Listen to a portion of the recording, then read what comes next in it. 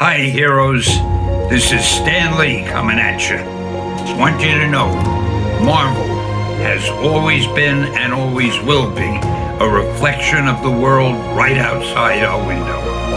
That world may change and evolve, but the one thing that will never change is the way we tell our stories of heroism.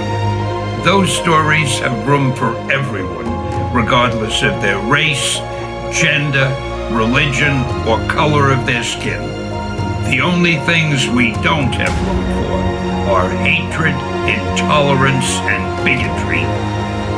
That man next to you, he's your brother. That woman over there, she's your sister. And that kid walking by, hey, who knows? He may have the proportionate strength of a spider. We're all part of one big family, the human family, and we all come together in the body of Marvel. And you're part of that family. You're part of the Marvel universe that moves ever upward and onward to greater glory. In other words, Excelsior!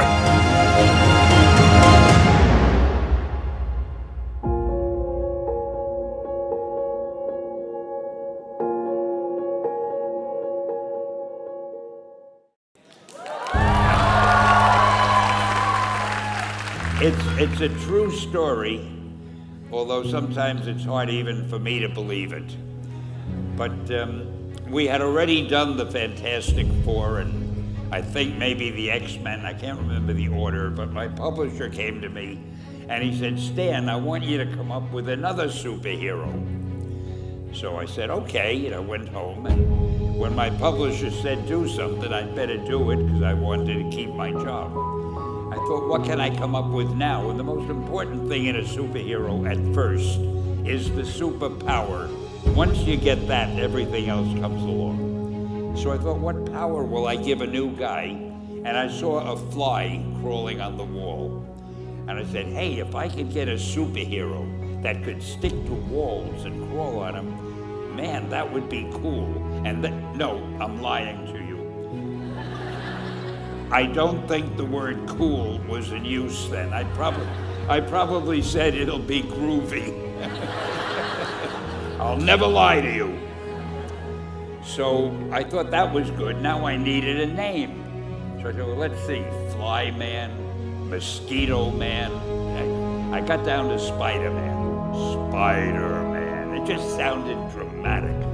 So okay, I had my hero, I had his power, his name, and then I figured just for fun, I'm gonna give him personal problems.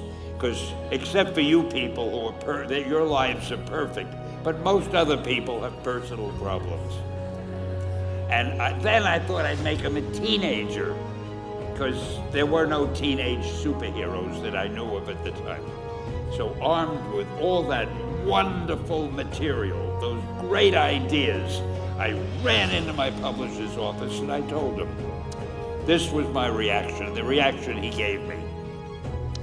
Stan, that is the worst idea I have ever heard. First of all, and he started to give me because he's a very logical man, very intellectual.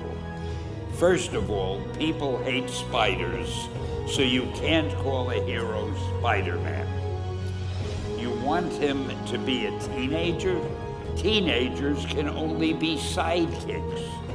And you want him to have personal problems? Stan, don't you know what a superhero is? They don't have personal problems. Well, I left the office disappointed, but obviously a much wiser man. And I couldn't get Spider-Man out of my system. So we were about to kill a magazine. I think it was called Amazing Fantasy. It wasn't selling well, and we were sending the last issue to press. When you do the last issue of a magazine, nobody cares what you put in it because the book is dying. Just to get it out of my system, I put Spider-Man in Amazing Fantasy, feature him on the cover, forgot about it. A month later, all the sales figures came in.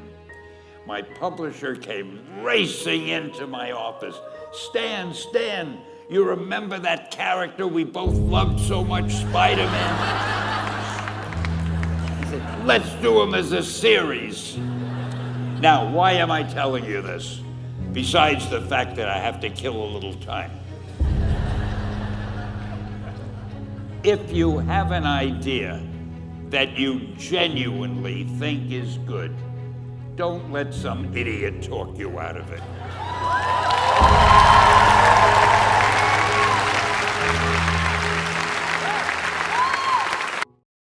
I think whatever you do, you should do what you most want to do and what you're best at. Too many people don't really do what their heart's desire is, but they try to do something else because they think, well, it'll be easier to get a job or to make money. And if that happens, then when you're doing it, you feel like you're working. But if you do what you really want to do, you feel like you're playing. It's easier for you to do. I'm doing what I enjoy doing. It's like other men like to play golf, so they play golf every chance they can. So you don't say to them, how come you're playing golf today? You played last week. It was the same with me. To me, it is such fun creating characters, writing stories, even doing interviews, even though I can't hear most of what the guy says to me. But it's an exciting life. And when you do something that you know the fans seem to enjoy, that gives you such satisfaction, you don't want to stop. Do you have a specific target audience? Oh, just anybody who can read, anybody who's literate. It used to be, again, that comics were just for little kids. Or they were thought to be for little kids. But that's changed. Yeah. With Marvel, because we started directing Marvel at ourselves, really. The theory was we're going to write the kind of stories we would enjoy reading, you see. And I didn't know if it would work or not, but it worked better than anybody expected because we grabbed a lot of readers who were much older, who liked the kind of things that we liked, but we didn't lose the young kids. So we find the best formula, if you call it that, is we don't try to write for any audience. We try to write stories we would enjoy. And apparently there are enough people in the world who have the same tastes. Mm-hmm. I hate to say that. I'd like to think my taste was far better, but apparently everybody must have pretty much the same taste because the books sell pretty well. If you do a good movie, a good television series, anything good, you'll get the audience. There's never a chance to worry. People want entertainment. People want adventure stories. They just want them to be good. I'd like to think of myself as an entertainer. I feel if I can entertain people in any way, it's very gratifying. Because it's a funny thing. Years ago, I used to feel somewhat embarrassed that I was writing comics. I felt there are men building bridges and working in laboratories on cures for illness and doing real lives. Most people, almost everybody, have lives that have problems and troubles and things to worry about. And if you can entertain somebody, take his or her mind off the things that would normally be bothering them, that's a good thing to do. So I like to think of myself as an entertainer, somebody who offers a little entertainment to people in whatever form it may be. Mostly, in my case, it had been comedy.